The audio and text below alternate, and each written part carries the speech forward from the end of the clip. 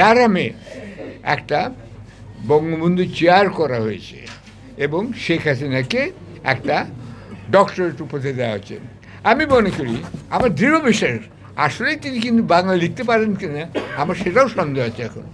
কিন্তু অত্যন্ত অশিক্ষিত একটি পরিবারের সন্তান বলতেই হবে আমাকে, এবং সেজন্যই তিনি এতগুলো ডিগ্রি অর্জন করেছিলেন। তিনি দেখাতে চেয়েছিলেন তোমাদের সবাই চেতে আমি শিক্ষিত, তোমাদের একটা পিএইচডি থাকতে হবে, আমার 1 ডজন পিএইচডি আছে, তার মধ্যে একটা হচ্ছে ডারহাম পিএইচডি।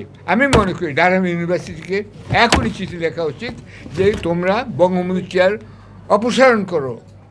এটা আমাদের অনেক পরিশ্রমের ফসল ছিল। 91 হাইওয়ে হিলে আমরা ইস্ট পাকিস্তান হাউস করেছিলাম, কারণ আমাদের স্বপ্ন ছিল ইস্ট পাকিস্তানকে স্বাধীন করতে হবে। সেইটা হয়নি, তখন হয়নি, কিন্তু বাড়িটা বিক্রি হয়ে গেছে। কোথায় গেল টাকাটা? তার পিএইচডি কি আমাকে দিতে হবে? শেখ হাসিনা ওয়াজেদ মিয়া, আপনার পুরো নাম এটা, মিসেস মিয়া, আপনি যেখানে থাকুন আপনি আসুন, কয়টা আপনি চান আপনাকে আমি অনেক সার্টিফিকেট দিয়ে দেবো, নট এ প্রবলেম।